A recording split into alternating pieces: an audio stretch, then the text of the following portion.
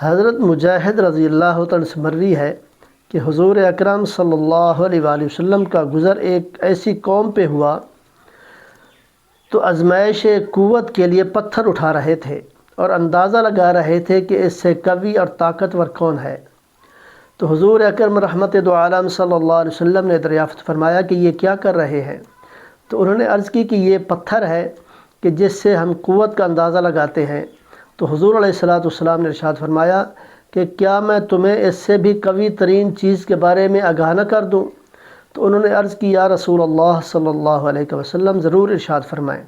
تو آپ علیہ السلام نے ارشاد فرمایا کہ ایک مسلمان دوسرے مسلمان بھائی کے درمیان عداوت ہو، وہ اپنے اور اپنے بھائی کے شیطان کو مغلوب کر دے یہاں تک کہ بھائی اس کے پاس آئے تو وہ اس سے کلام کرے۔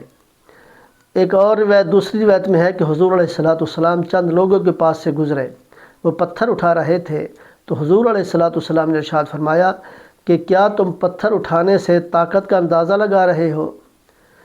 تو کیا میں تمہیں آگاہ نہ کر دوں کہ تم میں سے زیادہ قوت اور طاقتور کون ہے؟ تو لوگوں نے عرض کی یا رسول اللہ صلی اللہ علیہ وسلم کون زیادہ طاقتور ہے؟ تو حضور علیہ السلام نے ارشاد فرمایا کہ غیظ و غضب سے بھرا ہوا شخص صبر کا مظاہرہ کرے تو وہی شخص سب سے زیادہ طاقتور ہے۔ تو یہ کتنی بڑی بات ہے، غصہ ہو اور طاقت کے وجہ سے اس سے بدلہ بھی لے سکتا ہے، لیکن اپنے غصے کو روک کر اپنی طاقت کو روک کر جو ہے اسے معاف کر دے تو صبر کر لے تو اس سے زیادہ طاقتور اور کوئی نہیں ہے۔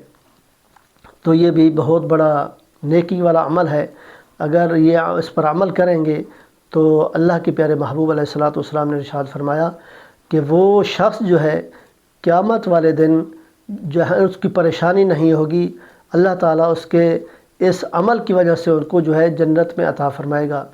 تو کتنا بڑا یہ عمل ہے، نیک عمل ہے۔ تو دعا ہے اللہ تعالیٰ ہم سب کو اس پر عمل کرنے کی توفیق عطا فرمائے اور صدقہ جاریہ سمجھ کر اس کو آگے شیئر کریں تاکہ دوسرے لوگ بھی اس سے فائدہ حاصل کریں۔